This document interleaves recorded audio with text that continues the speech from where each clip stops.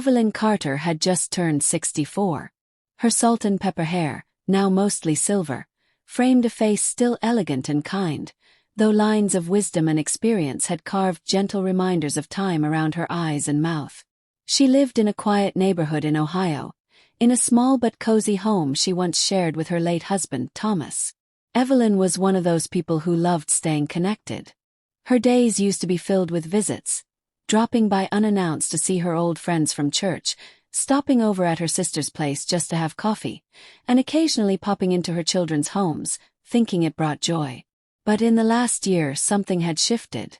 And at first she didn't understand what or why. It started with little things. One afternoon she dropped by her friend Janet's house, expecting to sit and chat like they used to.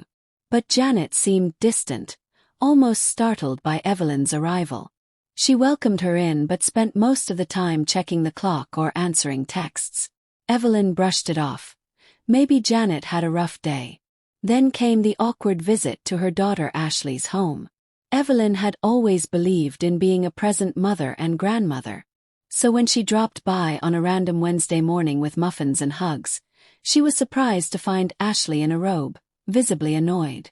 "Mom, you should have called," Ashley had said, not unkindly but firmly. "Jason's working from home, and I've got a virtual class in 10 minutes. Evelyn apologized, feeling the sting but refusing to take it personally. Still, a pattern began to emerge. Her son, Brian, who used to laugh and joke with her every Sunday, now seemed too busy to open the door when she stopped by. Even neighbors began giving polite excuses when she hinted at visiting. Something inside her started to hurt, a realization that perhaps at this age, visiting people as freely as she used to wasn't the same anymore. It was during a quiet Sunday morning, sipping tea by the window, that Evelyn decided to call her old friend, Robert Jameson. He was 67 and had moved to Florida 2 years ago after retiring. They hadn't talked in months. When he picked up, his voice was cheerful, and they talked for over an hour. Eventually, she shared what had been bothering her. The distancing, the coldness, the subtle messages that made her feel like an intruder in places she once felt welcome. Robert was silent for a moment, then said, "Evie, I felt the same. That's why I stopped showing up." She blinked. "What do you mean?" "I learned something the hard way," Robert said. "After 60, it's not that people don't love you anymore. It's that life changes. You don't realize how much people guard their time and space until you show up and feel like a ghost." Evelyn's heart dropped. "But aren't we allowed to be part of their lives still? I just want to feel connected." "You are allowed," he replied. "But not in the same way. You can't visit like you used to. The world is different now. Busier, louder, and less patient. People build emotional walls, even around those they love." He went on to tell her a story about how he once visited his son's home in Miami without calling first. He thought it would be a nice surprise. But his daughter-in-law had family over. The place was full. No one knew he was coming. He ended up sitting alone in the guest room, waiting for someone to remember he was there. "I was more decoration than guest," Robert laughed dryly. That conversation stayed with Evelyn for weeks. She began to understand something most seniors never get told. After a certain age, dropping by unannounced could feel more like trespassing than love. She thought about her own energy levels.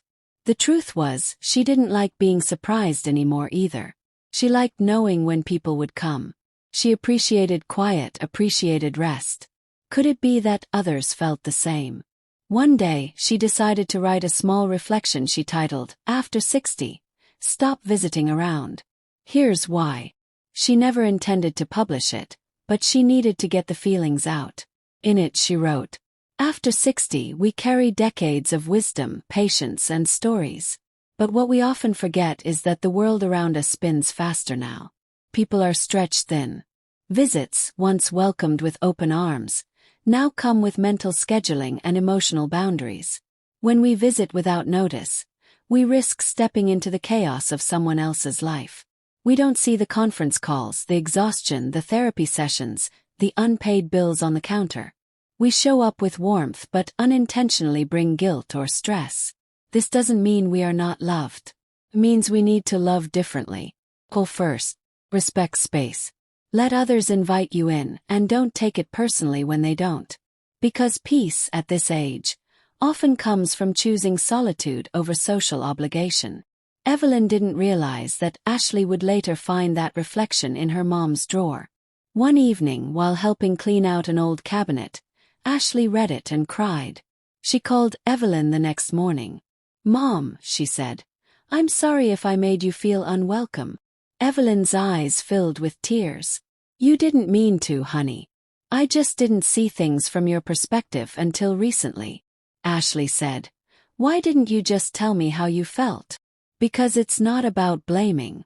It's about understanding," Evelyn replied softly. From that point things shifted. Evelyn stopped visiting without calling. She built a schedule, not rigid but respectful. She planned brunches and afternoon teas. And something surprising happened. People started inviting her more. It wasn't that she was unwelcome. It was that people now felt safe saying yes because they were given a choice. Her grandchildren looked forward to her visits. Her son Brian started picking her up for dinner every Friday.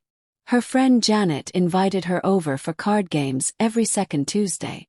What Evelyn had learned the hard way became her peace. After 60, the world doesn't close its doors. It just waits for you to knock gently, not barge in. Years passed. Evelyn became somewhat of a community mentor. She started holding little gatherings at the local library, talking about aging gracefully and maintaining connection without overstepping. One afternoon, a woman named Linda stood up and asked, "But don't you miss the freedom of just visiting people whenever you want?" Evelyn smiled. "I do. But now I have the deeper joy of being truly welcomed, not just tolerated." The room nodded in agreement. At 72, Evelyn was more connected than ever, but not through uninvited visits. Through intentional moments. Through respecting the emotional bandwidth of others. Through listening, not just talking. She realized the hardest part about growing older isn't the aching bones or fading memories. It's learning to let go of the way things used to be. And the most beautiful part is knowing you still matter. You just have to show it differently. So if you're past 60 like Evelyn and Robert, and wondering why doors aren't opening the way they used to, don't despair. Sometimes the world isn't shutting you out. It's asking you to knock first.